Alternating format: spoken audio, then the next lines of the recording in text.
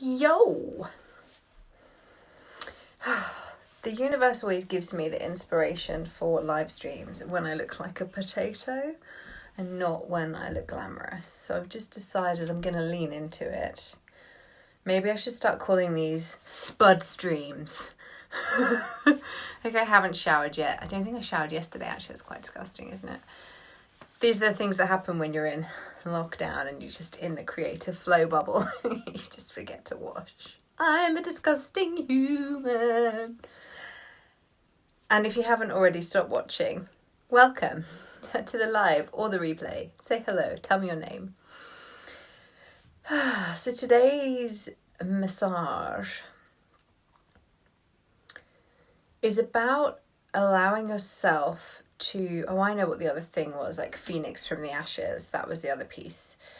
So there's three things: allowing yourself to be cracked open, surrendering before you have to, and this whole kind of Phoenix from the ashes thing. So for quite a long time, I didn't even know I was doing it until I really started to go deep into the world of self-development. But I used to feel like I had to destroy everything, burn everything to the ground, in order to like propel myself from the flames. So for example, like with food or my weight, I would get really overweight, feel really shit, and then it'd be like I was in so much self-hatred and disgust around my physical form that I would just like click into action and do something. But I had to reach like a certain point before I would activate into actually doing something about my situation. And when I look back, this kind of pertains to my book as well. If you're not in the book launch party group, let me know in the comments and I'll drop the link for you. It's going to be fucking epic. But today I will speak a little bit about it. There's a chapter in the book where I talk about how I got into EFT and like how my friend dying led me to EFT and the whole journey around that. And I guess what was coming through for me today when I was out walking that I want to share with you guys around this is, hey Karen, yeah you are, I saw you in there. Of course you're in there. Because you're a lovely person. And because you know that it's obviously going to be a knees up shindig type scenario. Bring your own champagne. So yeah, one of the things that I talk about in the book is this, low power mode, how inconsiderate phone to not be fully charged. Come on now. Okay, this is going to be an important message, bear with me. I could feel like the bigness of what I had to say when I was out walking and it almost escaped me, and then I just need to drop back into it, so give me a sec. Okay, so what dropped in for me when I was walking was this piece around the Phoenix to the ashes and how sometimes we allow ourselves to believe that things have to get really, really bad in order for us to make change, take action, whatever. And we can do this in all areas of our life. So sometimes we'll see it in our weight and we'll get really fat and feel disgusted by ourselves, and that's our trigger to then take action. Or sometimes it will be like money and we'll fuck ourselves over to the point where we're like fuck in panic survival mode, and it's the fear and the panic that activates us into actually doing some shit, selling some stuff, showing up for our business, when in fact we could just be kind of doing that anyway. We could be kind of hitting our goals, we could be thriving rather than always feeling like we have to burn ourselves the fuck out or destroy things and rise from the ashes. And the reason that this pertains to the book is because I believe, well, I know in my soul and in my heart that the reason that I was led to caring about a man who eventually ended up committing suicide, my part in that journey and his part in my journey was because I clutched and desperately tried to make tangible sense of the intangible and what was happening for him, and I desperately wanted to fix the situation and make everything okay. And it was only when I got fully cracked open by the magnitude of my fucking grief, it was only then would I have been susceptible or open to something like EFT, to energy work. Yeah. So previous to that, if someone had said to me, like, I feel like I have a healthy level of skepticism around anything new. And you might not realize that from the way that I speak about energy in the universe and how open I am about my belief systems and spirituality and all this kind of stuff. It may appear to you that, well, of course I'm open to anything. And yes, I am. I'm open to trying anything. But I always have this healthy level of, what I believe to be a healthy level for me, of just like, I wonder if this will work in the way that I want it to. And so when I and I don't know why, I guess maybe that's important to share, because maybe you guys think like I have unwavering faith all the time. And actually, I very much have belief in the tools that I have taken on and learnt as modalities. I have great belief systems in other things as well, but not to the point where I've then felt called to actually go and learn them and add them to my own armory. But things like EFT and the spiral, I've seen such epic results for myself and for others that I know, and I have seen time and time again. But even when I first found EFT, I remember, and I tell the story in the book in more depth, but, thinking like, I was at the point where it really was like, I will try anything, and I used to find that people, when I first started my business, those were the people that came to me as well. The people who literally were at the end of their rope. They tried everything else. They tried hypnotherapy, counseling, they tried Reiki and, chiropractic sessions, and they tried everything that they knew to try.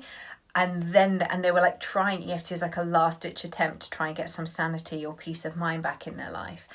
And that was true for me when I first found it. I literally got to the point where I was feeling like if I can't feel better from where I was at the time, then I was just like, I'm out. Like, I'm gonna die. I don't want to live like this. I don't want to feel like this anymore. I'm out. So when EFT was offered to me as an option, and I tell the story in the book to say, I really go into more depth around my thoughts around that time and like where I was in my life versus where I am now. So that's why the book is called From Hot Mess to Success, because I was a fucking hot mess. Like, I was a complete wreck. You would not recognize the person I was back then. For people who didn't know me back then, if you were to kind of get like a snapshot of what I was like 10 years ago, you would not fucking believe the person. You would not believe the transformation and the level of confidence and self-belief, like I believe in myself like I never thought fucking possible. And even doing this live stream as I'm speaking to you now, like I'm realizing all of these things. And when people come to me and they're like, oh, I want to know how you're so confident, I'm like, I don't know, I just am. I just choose it. I just choose to be confident. But part of my journey with becoming this person is because I know that I've faced my deepest, darkest fucking shadows, and I've come back and I've faced them again since then, and I've come back, and I trust myself to know that I will always come back and that'll always be okay. And what I often say to people when they come to me having experienced depression, and then they're like these like high functioning, business owning entrepreneurs who are in the wellness world, who are helping people slay online, who are, healers themselves and really working with massive things. And the people that I work with are really fucking driven. They've done a lot of work on themselves already. Like, they know what works for them, but sometimes there's still these little nuggets that we haven't yet faced in ourselves. And I feel completely confident helping people face those because I know that I face my own. And I can confidently say I face my own fucking shadows. And I slay those bitches because I don't want them fucking weighing me down. Myself and my clients, we're driven as fuck. We know what we want. We'll do whatever it takes to get there. But also, and this is a really key point here, and I said this to somebody yesterday, I was like, I don't do anything I don't want to do. So I don't want you to confuse the fact that I look like I'm doing a lot with me being someone who's like pushing or striving, because actually I do what I love, and I only do what I love. And if I don't want to do it, I just don't do it. Like, if something doesn't feel right to me or it feels icky or like forced, like I don't want to fucking do it. I'll look into the resistance and be like, am I resisting something here because there's something juicy in it for me? But I've got good at understanding now, like, where am I resisting something? Like, I resisted getting this book out. I mean, for fuck's sake, Dave and Davina of Inspirational Book Writers, they could tell you, I resisted like a motherfucker. I just disappeared for a couple of weeks, like, Georgina, where are you? Sorry, who? What? What? But I knew that was not resistance of, oh, you shouldn't be writing a book. This is a terrible idea. You should just walk away. And there was one point, honestly, like a couple of weeks ago, I got so into my own resistance around it that I was like, no, I just don't think I meant to write a book. I think I'm done. I've invested in this publishing deal and I'm done. I think this was the lesson I was meant to learn is that I'm not meant to be an author. It's fine. I'll just keep doing what I'm doing. And I almost convinced myself until I got to the point where I was like, oh, Georgina, sneaky little sabotage sneaking in there. And when I kind of checked myself before I wrecked myself, I managed to just turn it around, laugh at myself and be like, fuck, okay, I have to focus and do this because at this point my dreams have to be bigger than my own bullshit. And so I know I wouldn't have signed up for writing this book, going through the process of writing it, and then publishing the motherfucker and signing up to publish it if it wasn't meant to be out in the world and if it wasn't a hugely aligned thing for me to do. So knowing that difference between when am I in resistance around something that I know is actually really going to be a powerful transformation and growth and is totally aligned for me versus when am I in resistance around something because actually it's not right for me.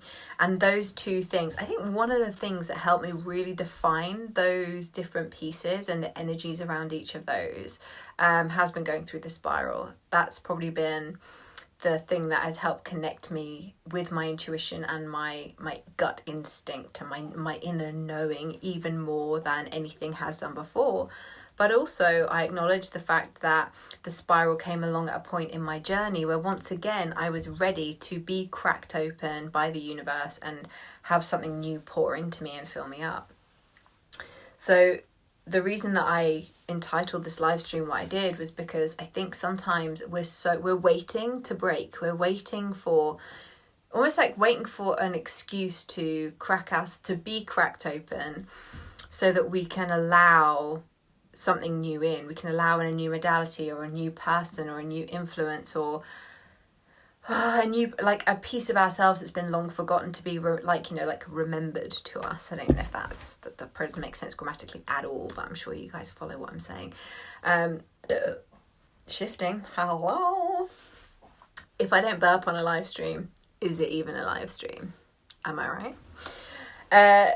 So yeah, this idea around surrendering before you have to is, can you bring the essence of surrender and the essence of expansion rather than contraction, like the energy and the physical sensation of expansion and surrender and letting go into your daily life? Because if you can do that, then maybe, just maybe, you'll have more access to your intuition. You'll be able to hear it more clearly when it does come and knock in.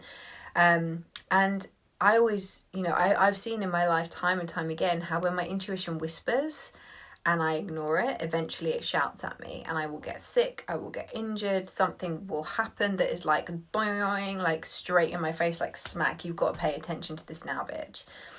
And so my way of, those things still happen, of course, because human, but way less than they used to and in way less like catastrophic fucking ways. So I think, I know from personal experience that when we allow a daily practice of surrender into our life, regardless of whether or not we are in pain or struggle, if you can allow yourself to surrender to what you know is true for you and just follow that, your life is going to get so much better, so much fucking quicker. And also, by the same token, if the universe has a habit of cracking you open and delivering things to you that are like, oh, my chest has been ripped open, oh my God. Rather than see like what's happening on the planet at the moment, it's like, rather than seeing it, we still have a choice of how we view it. And rather than seeing it as an opportunity to like reinforce your can'ts or I'm not good enough or now's not the times, what if you used it as, you know, this opportunity to allow yourself to be fully cracked open so that the light can get in, so that the message that you're meant to truly be hearing from your inner wisdom, from your soul, from your higher self can actually penetrate, because you're not so caught up in the constant like treadmill and hamster wheel of your normal life. You're actually in a place right now where the universe is kind of forcing you to surrender. And if you're pushing against it and you're not listening to soul and you're not doing what you know to do, what you're being guided to do, then it's going to keep putting the fucking pressure on until you break. And again, that's okay as well. Like if you're someone who is in a position right now where you feel like you're going to break and you do break, and you know, not that we can break, but you know what I mean, like you feel like you're going to break and you feel like everything's crumbling down around you and you feel like a fucking hot mess, maybe it's okay, and maybe you get to choose to love yourself anyway, and maybe you don't have to feel like you failed. And it's all about how we get back up and keep on fighting, keep on punching. And when I say fight, for me, fighting's a good thing, like as in actual fighting. Not like, oh, life is such a struggle. Like it's the opposite of that. For me, the act of like hitting stuff is fun, right? So just that little reframe in your brain for you there. Yeah, so you don't have to be a phoenix from the ashes. You don't have to burn everything to the ground in order to get transformation or have healing. You are allowed to surrender and relax and rest even when you don't feel completely fucking exhausted or broken. Like you're allowed to surrender and just... Something that I've been playing with over the last couple of days, which has been really fucking cool actually, just from an energetic point of view, and like to shift my mood, has been like take and do it now, like do this now. What if today is the day like a fucking miracle happens for you, like something really fucking cool? What if like, gets me all excited thinking about it. What if right now you just feel into the energy in your body, not just in your head, but in your body, like, oh my God, like, remember when you were a little kid and you'd open birthday presents and it was like, this is so exciting. Or like Christmas morning where it's like, he's been. That's what I used to say when I ran downstairs and saw that Santa Claus had been. Insight into my childhood. I'm not that different now, to be fair. But yeah, so I'd run downstairs and I'd be like, he's been! And I was so excited! And I can still generate that level of excitement in my body thinking about it now, as you can see. This is real. So you can do that for yourself, you know, like fully get, if Christmas morning was not a fun time for you when you were a kid, then obviously don't fucking use Christmas morning. Use your brain and think of something different, or use your body and it will guide you to a great memory. But like when I think about being a kid and Christmas morning, oh fuck, it was so magical. And there was just like so much possibility. It felt like possibility and magic and opportunity and love and openness and fun and like, this is crazy, no one's at work today, the whole family's here, whoa, you know. And it felt so fucking good to me. And even thinking about it and talking about it from that child's perspective, I can elicit that energy in my body. And are you allowing space for fucking miracles? Like I was talking to my reverence ladies about this yesterday. I think I dropped them an audio. I'm having them like do an exercise around it. But, you know, really it's as simple as, are you giving space every day, not just to consciously create, not just to journal, not just to meditate, like these are things that I do anyway, but something so simple and easy that anyone can do it, even if you don't feel like you have enough time to journal, or whatever bullshit excuse you're using to hold yourself back from your ideal life, right?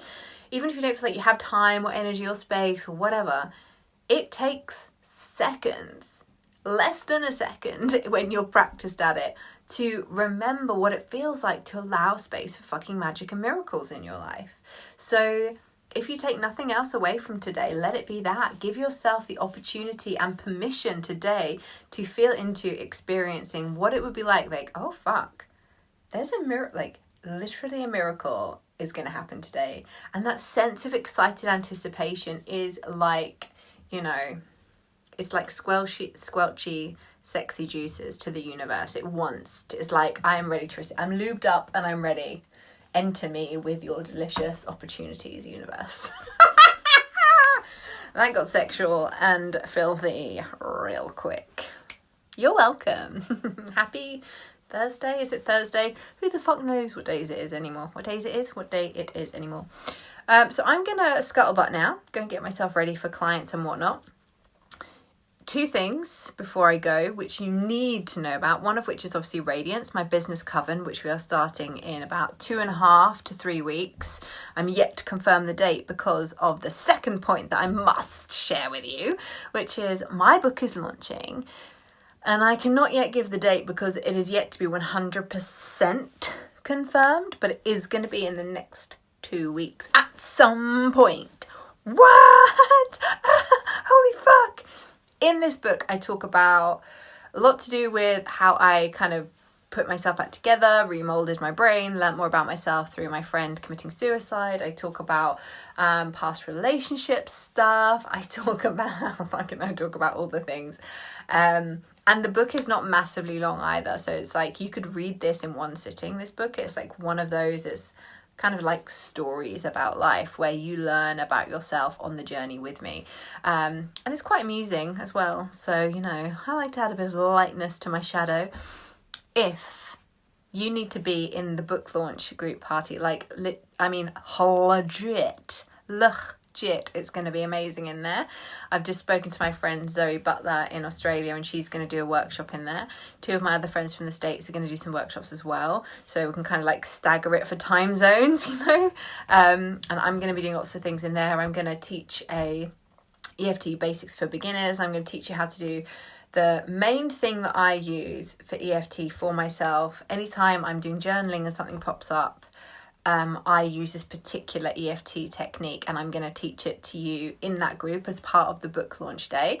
And obviously, you're going to get all of this amazing value. And on the day my book launches, if you buy it, it's only going to be like 99p or something ridiculous like that. So it's really, really worth being in that group, even if not for the book, although you're going to buy the book because you're going to want to buy the book because it's fucking awesome. But even if not for the book, you're going to want to be in that group just because it's going to be so much fucking fun that day. I want it to have pure shenanigan, shambolic party vibes. I want it to feel like when you go to a party and it's filled with people that you actually like, because, you know, the struggle of the introvert is real.